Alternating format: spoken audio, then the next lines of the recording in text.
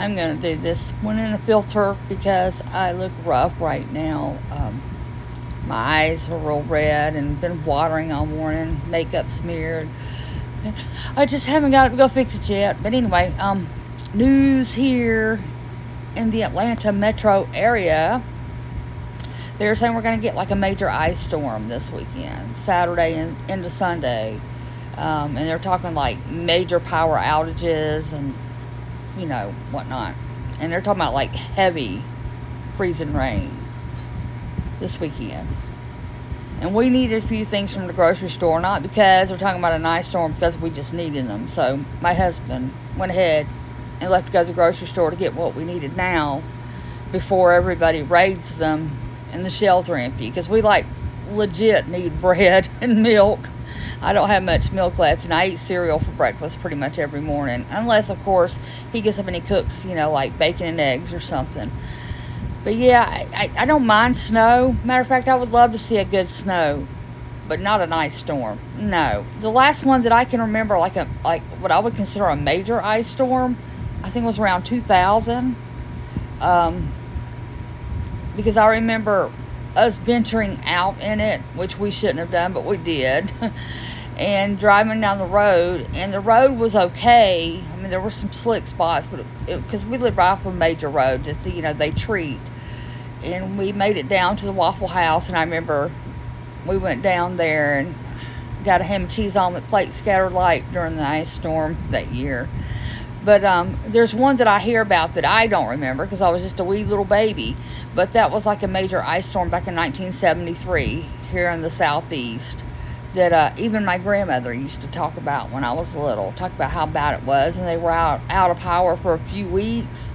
Yeah, I don't want anything like that. We've got a couple of generators that we can get gas in to fill up to keep the deep freezer in my refrigerator going, but I don't want that. I know nobody else wants that either. Because, we won't be able to keep the heat going. But anywho, I'm just sitting here while he's at the grocery store, waiting on him to get back and all that good stuff. And it would be nice if the snow line would come further south and we would just get snow this weekend. But they're pretty much all in agreeing. They just don't know where the freezing rain line and just the cold rain line is going to set up. If we just get a cold rain, hey, that's great. You may find some slick spots in the roads at night when it gets below freezing. But other than that, we should be able to get out and do what we got to do.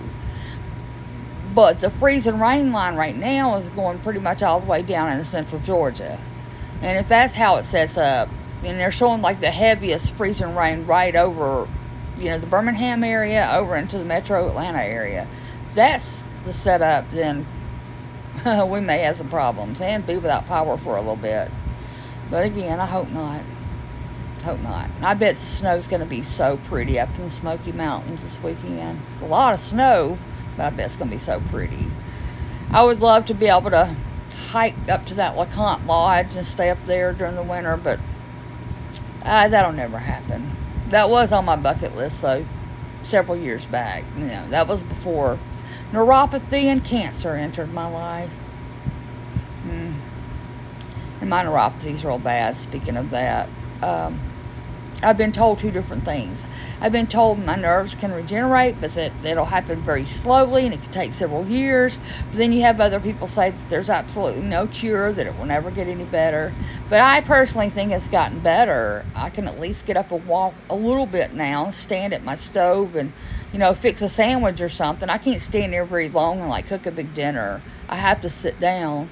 But I think it's getting better. And I'm just going to be optimistic and hope that it continues to get better. And, another thing I want to add about my cancer is they have made a lot of advances in the treatment for multiple myeloma. And if my stalker and their spouse would have truly researched my cancer, like they claim they did, then they would see this. They would come across this. And I've met many people that had been alive. Matter of fact, I talked to somebody the other day that's had it for 33 years. Okay, and I'm not saying that's the normal, because it's not.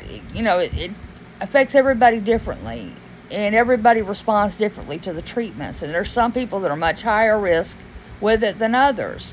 Now, for me, my initial bone marrow biopsy that I had when I was first diagnosed said that the one that I had has a poor prognosis factor, but that it considers me standard risk.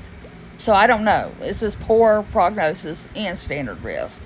So I'd like to go with the standard risk. And I responded very well to my first line of treatment, which was Velcade injection, Darzalex Faspro, Faspro injection, and Revlimid pills that I would take for 3 weeks, and then I would stop for a week. And then I had my stem cell transplant, in which I had a very strong chemo to get that called Melphalan, which is what made my hair fall out and caused a lot of GI issues and made my neuropathy a lot worse, or at least that's what the doctors were thinking, to the point where I collapsed at home and ended up spending like 3 months in between 2 hospitals, a couple of weeks at my local hospital, and then a couple of months out at Emory University Hospital in Atlanta, or Decatur, whichever you want to call it. But anywho, I got on here and started rambling on. I guess I do that a lot when I'm here by myself. Yes, I talk to myself. Got a problem with that?